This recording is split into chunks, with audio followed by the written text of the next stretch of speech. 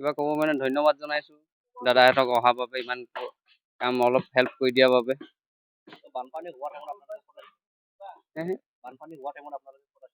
আমি বৰ্তমান ৰাস্তাত আছিলোঁ, এইটো তম্বু বনাই ৰাস্তাত, মেইন ৰাস্তা কিনাৰত। তাতে পানী ইয়াততো অভাৰ হৈ গ'ল, থাকিবলৈ জেগা নাই, আমি তাতে আছিলোঁ। ইয়াৰ পৰা আমি কলভোৰত গ'লোঁ, আমাৰ দেউতাহঁতে কলভোৰ বনাই আনিলে, সেইটোতে উঠি মেলি গৈ যেনে তেনে বাচিছোঁ। বানপানী আপোনাৰ প্ৰায় 12টামান বজাত উঠিছে। পৰিয়াল আমি 3জন আছোঁ, মই আছোঁ আৰু ৱাইফ আছে আৰু বাচ্চা এটা আছে। কিবা ক'ব মানে ধন্যবাদ জনাইছোঁ দাদাহঁতক অহাৰ বাবে, ইমান কাম অলপ হেল্প কৰি দিয়াৰ বাবে।